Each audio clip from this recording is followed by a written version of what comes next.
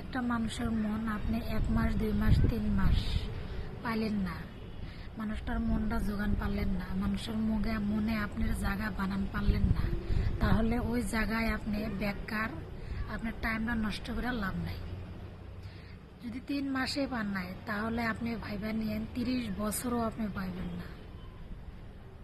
হাইস্টে 2 থেকে 3 মাস চেষ্টা করবেন, তারপরে করবেন না, তারপরে নিজের রাস্তা নিজে দেখে নেবেন।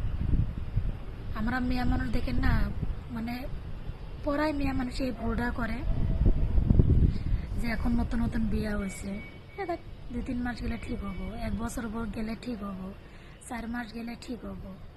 ভাই বেড়াত বাপ মা সবে কয় যখন একটা বাচ্চা কাচ্চা হবো তখন ঠিক হবো। একটা কথা ভাইবা দেখেন, যখন পুরা যৌবন থাকে, দেখাত সুন্দর থাকেন, তখন যদি ওই মানুষটার মনটা পান না, যোগান পারেন না, তাহলে কি পোলাপন হওয়ার পরে কি পাওয়া যাব? একদম মিশা কথা।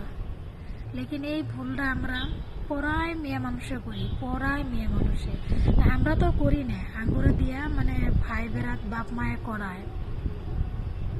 তো এই ভুলটা আপনারা কেউ করবেন না। যদি দেখলেন যে এই জায়গাতে মানে আমার নামটা নাই, তাহলে ওই জায়গাতে আপনার নামটা বসাবার জন্য কোনো দিনও চেষ্টা করবেন না, কোনো দিনও করবেন না। আপনি জীবনেও বসান পারবেন না, বেকার ওই জায়গা।